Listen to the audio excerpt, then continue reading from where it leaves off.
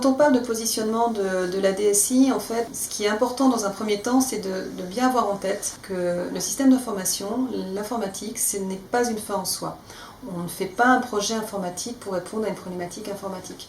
On fait un projet informatique pour répondre à une problématique métier. Et souvent, l'échec des projets est lié à un décalage entre la compréhension de la DSI, de la problématique du métier et l'expression qui avait été faite par le métier au départ. Pour pallier à ça, il n'y a pas 36 solutions. La bonne solution, c'est d'être aux côtés des métiers.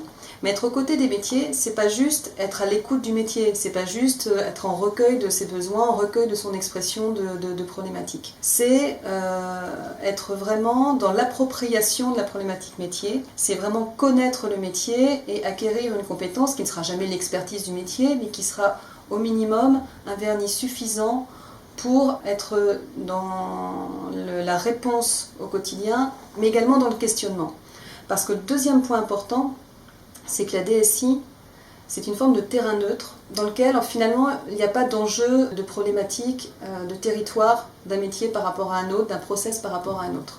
Ce qui permet en fait à la DSI de se positionner comme questionneur, comme celui qui va challenger, comme celui qui va remettre en cause les idées reçues sur des pratiques, sur des façons de faire. En cela, le rôle de la DSI va être aussi important pour amener toute la veille technologique, pour être une espèce de vigie qui va regarder autour de soi et qui va essayer de détecter finalement les nouvelles technologies, les innovations, les perspectives d'évolution sociale, parce que l'informatique va aussi avoir des impacts sur des modes de vie, sur des modes de communication. En récupérant toutes ces informations, on va pouvoir justement revenir questionner le métier sur l'existence, sur les attendus.